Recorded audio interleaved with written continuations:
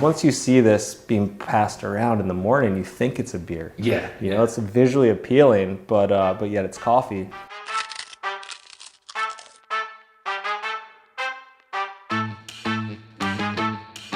So we're at the bar area at Rise Brewery with owner Jarrett, Greenwich Native. And thank you for having us. We're excited for the tour. I didn't realize you were so close by. Yeah, man, thanks for coming by. Big fan of you guys, so. Tell people what is Rise Coffee, because it's a different type of coffee.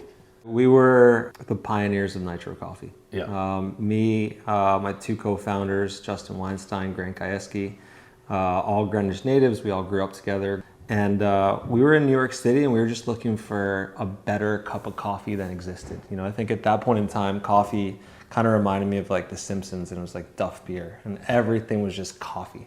And we wanted something better. We wanted something better on the go, something that would energize us in the mornings, made with really good ingredients. So we used to use really good filtered water to make cold brew coffee.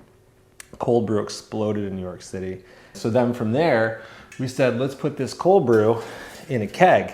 Awesome. And when you put something in a keg, you got to get something out of a keg. So you need gas. So we started using nitrogen gas to infuse our cold brew with nitrogen. And when we did that, it did three things really. It created a really cool cascade. Yeah.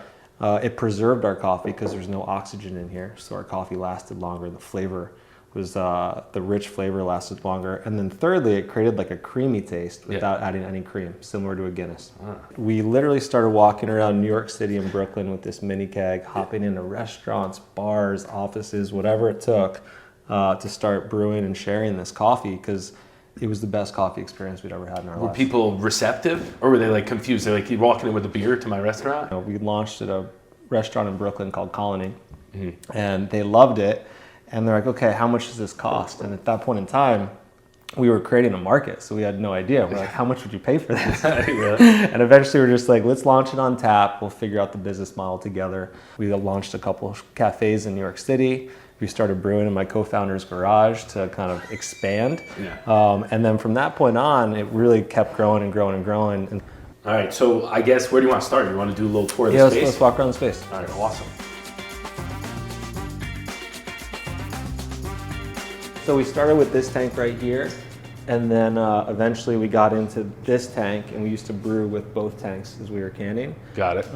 And then eventually we got this tank when we moved into this brewery, and we started brewing other smaller lines with this tank, like the beers and citrus line. Does all your brewing happen here, or is it through all your locations? We brew all the kegs here. All the kegs here, got it. Yep. And the cans are in different locations? Cans we brew either in Europe or a couple spots in the US. This is where we store everything. We used to, back in the day when we first moved in here, the whole line here was canning, and we would can everything here. Mobile canning line would come in here, we'd hook it up to the tanks, and we'd have like 10 people on our team canning. Blasting music, eating local food, garden catering, Corbos usually. And then the craft beer companies that would come in, they come in from like New Hampshire, Vermont. They all knew like Corbos or garden catering. So they come for the food and then you make them can? 100%. This is where we pack everything up. So if you order from our website, Andrew or Evan is packing it up, getting it out to you. We do all the kegging in here. And how many different types of cans do you have now? Original black, oat milk latte, vanilla latte, mocha latte, caramel, salted caramel is a new one. And then we have a tea as well. Do you have a favorite? I like our vanilla oat milk latte mixed with the black coffee the best. The vanilla's... So you take two cans and you just kind of... Yep. So usually I would dive into one of the more flavorful ones. I just like the black. I think it's just solid. So in this scenario, I'm going simple, but I haven't tried them all, so. That's how we started. Yeah. Classic. Kudos. Thanks, bud. Thank you for the tour. Phenomenal. I'm a Rise guy from now on. I think there might be a little future of a collaboration, because you're a big time foodie. Yep. Spent a lot of time in New York. So like you live in Old Greenwich. What's your spot? Oh, I mean, well, with coffee, growing up in Greenwich and then living in New York City, which is supposedly the home of the best bagels in the world, I would always think about how upper crust to me was my favorite bagel. And for about 10 and a half years in New York City, I never found a bagel that was as good as upper crust. I love it. So to me, rise and upper crust is just about the best combination out there. All right, so what are your thoughts on, there's a couple other bagels in town that have just surfaced. Okay. We should do a little crawl. Yeah, Try I'd some love more. to. I'd love to try them. Yeah. I mean, upper crust obviously will hit because it's a classic. I agree with you, it's phenomenal.